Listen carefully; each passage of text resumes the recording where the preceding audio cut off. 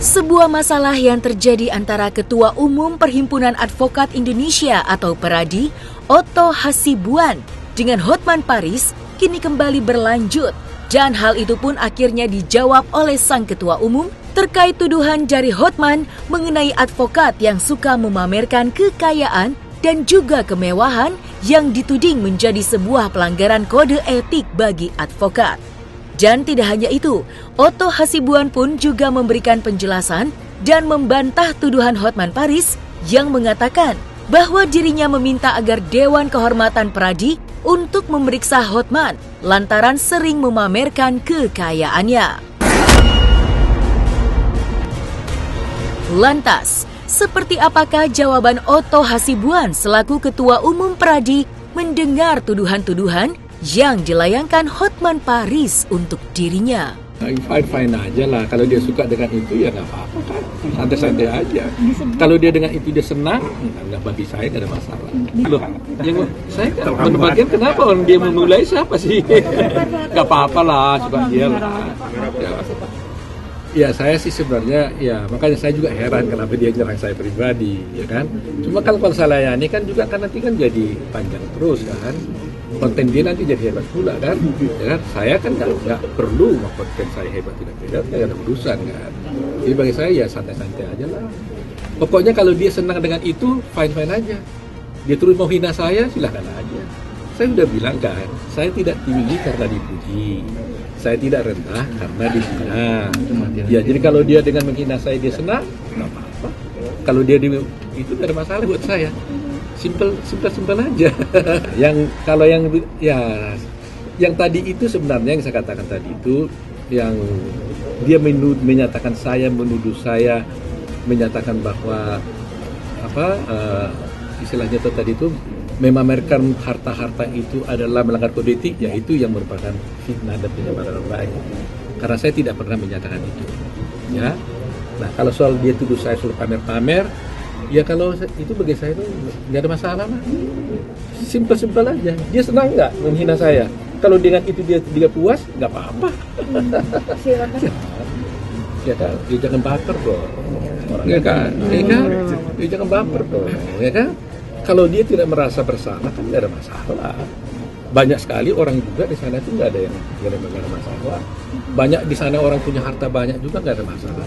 Lagi pula saya sudah katakan, uang, harta, Lamborghini, Ferrari, Lexus itu sangat penting.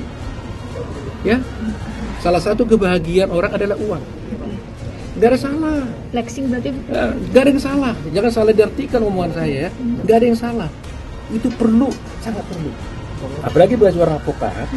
Kalau kita berprestasi bagus, konsekuensinya adalah kita dapat uang yang bagus kan. Kualitas kita tinggi, otomatis uangnya juga tinggi. Itu konsekuensi logis.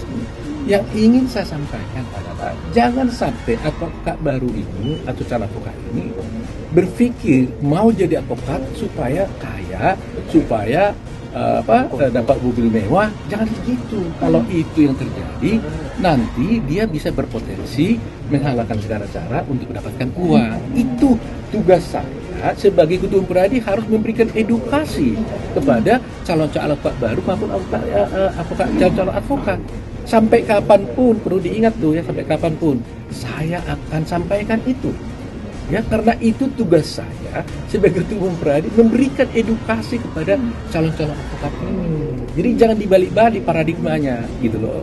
Jadi bukan berarti saya melarang orang tidak menjadi punya harta. Mau dia pamerkan itu urusan dia. Jadi bukan berarti saya melarang orang tidak menjadi punya harta. Mau dia pamerkan itu urusan dia.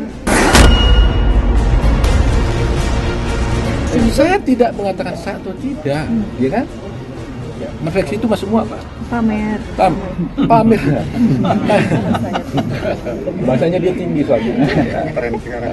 Kalau fleksi mau pamer atau tidak itu nggak boleh saya berpendapat itu sah atau tidak. Saya udah bilang berkali-kali. Harus Dewan Kehormatan yang bisa menentukan itu. Dan itu pun kalau sudah ada pengaduan. Ya kan? Jadi saya nggak bisa bilang itu sah atau tidak sah. Jadi bagi saya itu fine. You merasa pamer, ya silakan aja. soal nanti dihukum atau tidak oleh Dewan Kehormatan itu urusan Dewan Kehormatan gitu. Dan karena nanti kita berdebat lagi yang dimaksud dengan pamer itu apa, ya kan?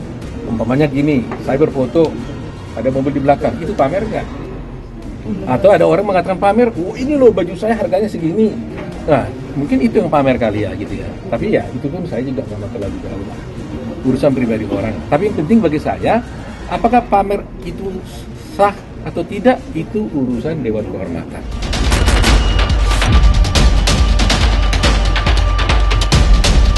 Pengunduran diri Hotman Paris dari Perhimpunan Advokat Indonesia sontak membuat heboh jagat dunia maya atas keluarnya sang pengacara ternama dari Perhimpunan Advokat yang sudah terbilang cukup besar namanya di Indonesia. Namun, pengunduran diri yang dilakukan oleh Hotman pun akhirnya membuat Otto Hasibuan selaku Ketua Umum Peradi angkat bicara mengenai pengunduran diri yang dilakukan oleh teman sejawatnya tersebut. Lalu, seperti apakah pendapat Otto Hasibuan mengenai pengunduran diri Hotman Paris dari Perhimpunan Advokat Indonesia? Selama ini sih nggak ada masalah dengan dia, ini baik-baik aja sih, baik-baik aja, nggak ada masalah. Tanya Hotman. Belum ada. Saya nggak tahu alasan dia keluar. Dicantumin nggak sih Pak? Dalam suratnya dicantumin nggak sih? Nggak ada. Ada not nggak ada catatan katanya. khusus? Saya nggak baca sih. Saya hanya di pemberitahuan.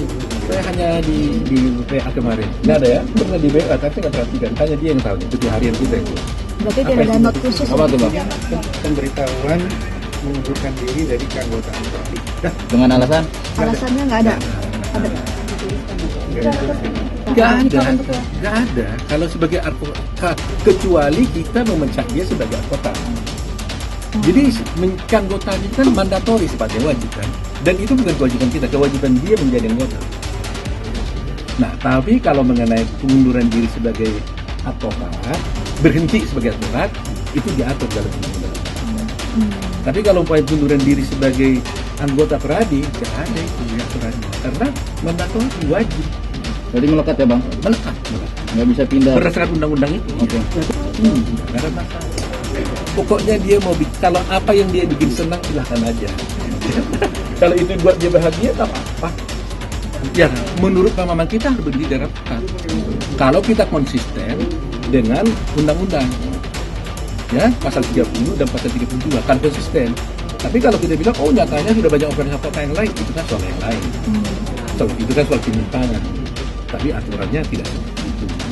Saya bilang untuk apa kita berdebat? Sudah saya katakan ukuran seorang itu hebat mengenai pintar dengan etika, hebat dengan etika bukan diukur dari kemampuannya berdebat, bukan diukur dari kemampuannya memahami kode etik, tapi diukur daripada kepatuhannya dan ketaatannya kepada kode etik. Jadi kalau saya mau hebat kode etik, ya saya taati kode etik, saya patuhi itu aja. Dia baik atau tidak baik, masyarakat yang menilai saya. Tapi bagi saya dia tetap benar. Ya kan? Bukan, karena enggak. Dewan Kehormatan itu hanya kewajibannya kalau ada dengan Dewan.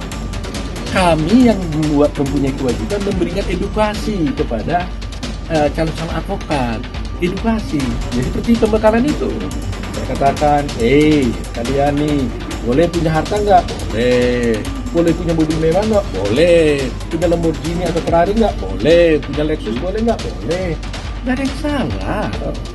Ya, yang kami harus tekankan itu jangan sampai gara-gara itu tergiur, saya mau dapat mewah, dapat harta, gitu. Jangan gitu.